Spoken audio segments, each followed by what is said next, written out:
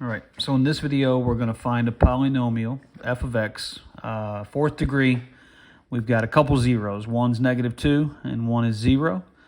And the 0 of -2 has a multiplicity of 3, okay? So we've done some problems kind of like this before, but let's get through this real quick, okay? So we've got a coefficient, leading coefficient we're not sure of right now, okay? And in this example, we're not given enough information to actually determine that. So we could choose any different value for a to plug in, okay?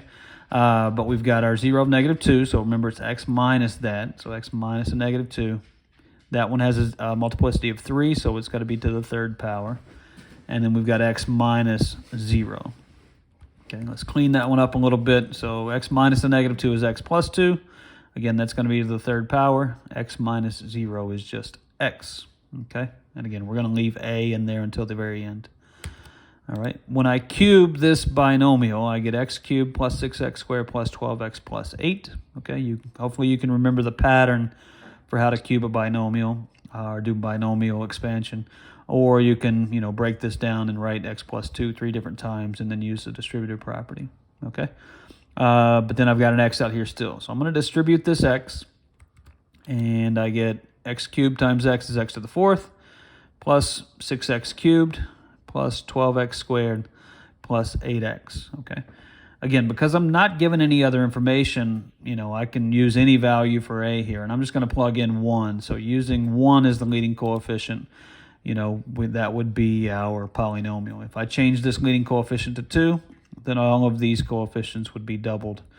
If I change this coefficient to 3, then all of these would be tripled and so on, okay? In the next problem, number 5 here, you're going to be given enough information to find a, okay? But in this one, you can choose whatever value for a you want to use, okay? So let's take a look at number 5. All right, we've got a fourth degree polynomial, so we've got 4 zeros here. We've got 2 complex and 2 real.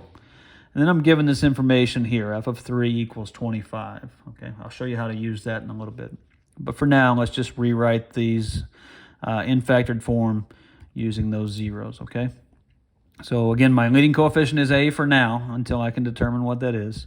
X minus I, x plus I, x minus 2, and then x plus 2, okay? Notice I've highlighted these together. Hopefully you recognize this pattern. This is difference of squares. Same thing here, x minus 2, x plus 2. So we can rewrite those. Okay, if I multiply x minus I times x plus I get x squared plus 1. And if I multiply x minus 2 times x plus 2, I get x squared minus 4. Okay, now I'm going to distribute these two binomials times each other, and that gives me x to the fourth minus 3x squared minus 4. Okay, now I know f of 3 equals 25. Okay, and we can solve for a because we know that. So let's go through that process here.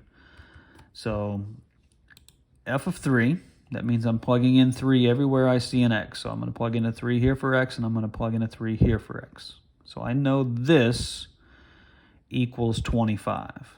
Okay, so when I evaluate what's in the brackets here, 3 to the fourth is 81. 3 times 3 squared is 27. That would be negative, and then minus 4. Okay, so in the brackets, I get 81 minus 27 minus 4. Okay, that parentheses there is not necessary. When I combine all those, I get 50a. Okay, divide both sides by 50. So that gives me an a value of 1/2.